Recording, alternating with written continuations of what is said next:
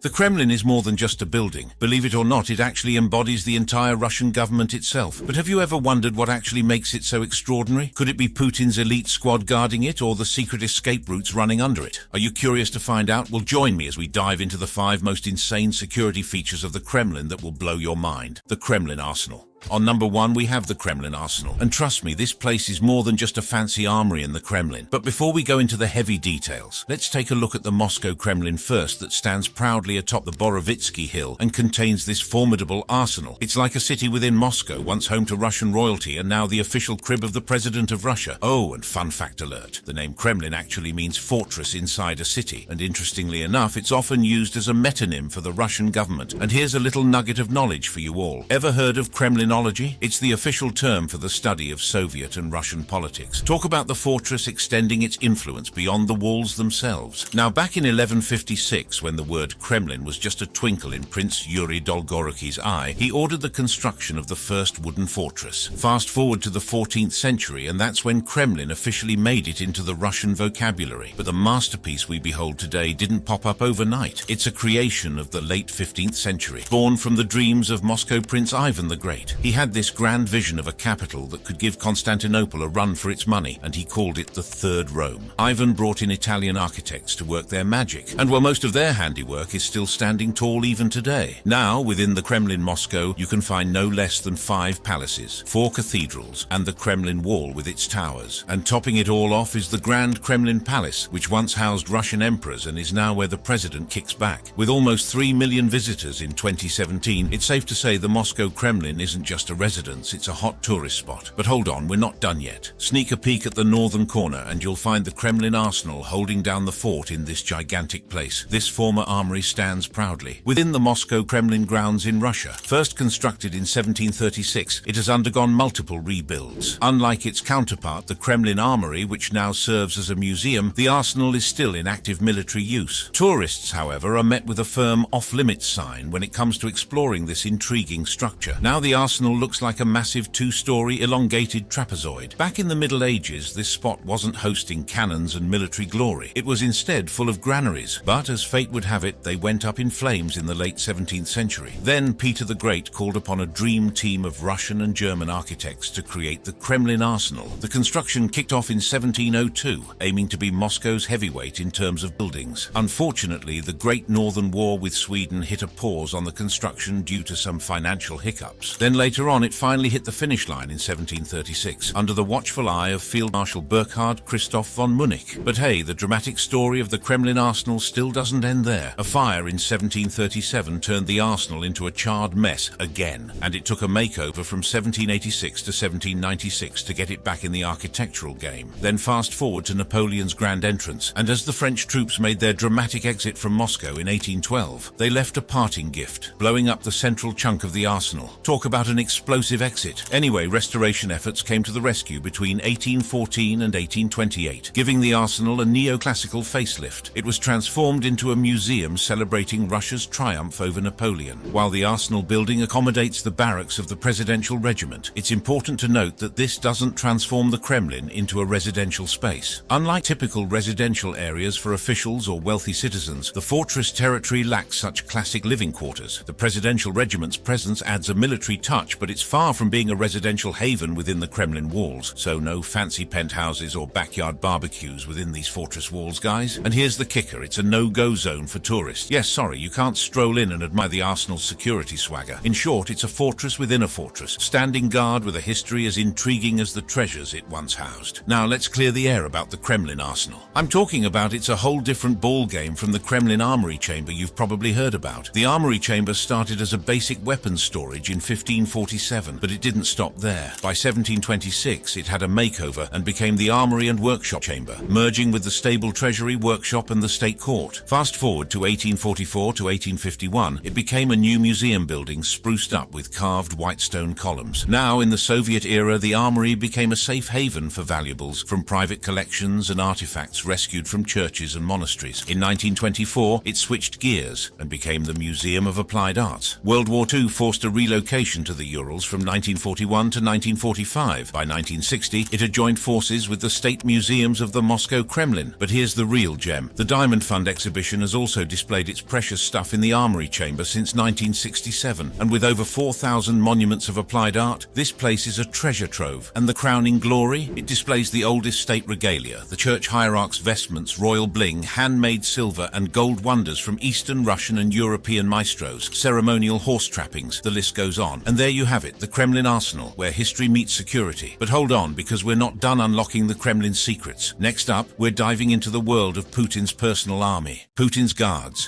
Vladimir Putin, the man himself, takes security to a whole new level. Let's start with the basics. Bulletproof briefcases and high-powered pistols are just the tip of the iceberg. Now the man's been in power since 2000, so he's got this security thing down to an art. Former KGB agent turned president, he's got a knack for avoiding not just political bullets, but literal ones too. There's even talk of him having his own private army, ready to swoop in like the Avengers at the hint of trouble. I guess when you're Vladimir Putin, a regular security detail just won't cut it. As a matter of fact, Putin's security has some serious tasks on their plate. From checking and securing every hotel room to tasting every diplomatic dish, they make sure the man himself stays untouched by harm. Armored cars? Check. Drones? Double check. But wait, there's more. He's even got a psychological security unit that can sniff out ill intentions in a crowd. It's like having mind-reading bodyguards. Moving on, let's dive into these men in black who are tasked with protecting the man who is the Kremlin itself. First up in Putin's collection of guards is the Rosgvardia, or as it's better known, the National Guard of the Russian Federation. And let me get one thing straight. These guys are not your average security detail. It's a powerhouse with a mission as serious as its name suggests. Basically, think of the National Guard as the internal military muscle of Russia, and it reports directly to the big boss himself, President Vladimir Putin. It brings together Interior Ministry troops, SWAT, Riot Police, the Center for Special Rapid Reaction Force, and even the Interior Ministry Aviation. I mean, seriously, forget parades. It's literally the go-to for everything in internal security, from safeguarding borders to handling emergencies. They've got the whole package, and they're really not shy about flexing their muscles. Interestingly, though, the National Guard stands apart from the Russian armed forces. In 2016, a law signed by Putin set up this distinct federal executive body. According to the official document, their main gig is the protection of public order, combating terrorism and extremism, participation in territorial defense, and the protection of important state facilities and special cargo. But here's the thing, it's not just about guarding the home front. The National Guard can also pack its bags and head for international missions to restore and maintain peace. Now let's fast forward to 2022. There have been many distressed rumors of the National Guard making moves toward the Russia-Ukraine border, and Belarus under the guise of a training exercise. And when Russian forces decided to engage in war with Ukraine in February, the National Guard troops were front and center, marching into Ukrainian territory like they owned the place. And yeah, they were supposedly there for a not-so-friendly welcome to any local dissent. But here's where it gets even juicier. Some folks see the National Guard as Putin's strategic move, streamlining the security system to avoid overlapping responsibilities. On the flip side, there are whispers of it being Putin's ace up the sleeve, a private army to handle any civil unrest or, dare I say, a color revolution, both at home and abroad in friendly regimes. It's the kind of intrigue you'd find in a spy novel. The Altay branch head of the National Guard spilled the beans, revealing that this security powerhouse was Putin's solution to deal with those pesky fifth-column agitators and potential revolutionaries brewing trouble from abroad. In short, the National Guard is Putin's consolidative fist, ensuring stability and social order in the Kremlin and all over Russia. Next up, we have the Kremlin Regiment, or as they're casually known, the Presidential Regiment. This is the cream of the crop, entrusted with the sacred duty of safeguarding the Kremlin. As a special unit under the Russian Federal Protective Service, their mission is crystal clear: keep the Kremlin secure, protect its treasures, and ensure state officials get a good night's sleep. Now, let's turn back the pages of history to understand their role in the Kremlin. When Soviet Union big shots moved from Petrograd to the Moscow Kremlin in 1918, they had the Red Latvian Riflemen as their protectors. But times change, and so do bodyguards. In 1936, a special purpose battalion took the stage, stepping into the shoes of the Red Latvian Riflemen. And then World War II came knocking, and the regiment stepped up its game, defending the Kremlin at home and abroad. Snipers from the Kremlin Regiment were sent to the Western and Volkhov fronts, taking down over 1,200 German soldiers and officers. And by doing so, their bravery earned them the prestigious Order of the Red Banner. Then fast forward to the post-war era, and the regiment had its fair share of rebranding. Names changed, duties evolved, but the core mission remained: to be the fortress within the fortress. In 1993, when the Soviet Union took its final bow, the regiment got a breather from certain guard duties. But don't worry, they were soon back in action. one, protecting the tomb of the unknown soldier and keeping the flame of World War II veterans burning bright. Of course, as they're considered an elite military unit, the Kremlin Regiment doesn't just hand out uniforms to anyone. No sir, only the best of the best get the nod for the national duty of guarding government officials and the VIPs of the Kremlin. Another capable squad protecting the Russian president is the notorious Presidential Security Service, SBP. These guys don't just play security, they're literally the invisible shield around the President of Russia and the Prime Minister, along with their families and residences. So what goes down when President Putin steps out of the Kremlin? Well, there's actually a specialized unit in the SBP that takes charge of securing the perimeter during these movements. They plan routes very meticulously, avoiding any potential trouble spots or civil unrest. And when Putin takes the show on the road internationally, things get even trickier for these guards. This unit becomes a well-oiled machine, collaborating with local law enforcement to tackle threats before they even sprout. Escape plans? You betcha. They've got those locked and loaded. Now, it would be remiss of me not to mention the SBP's Psychological Security Department too. These are the brainiacs analyzing intel about threats to the president's life. Think of it as a panel of experts from GRU, FSB and SVR working together to keep the top dog safe. So it's not just muscles that keep the Kremlin safe, it's brains too. In a nutshell, all these guards are always hard at work shielding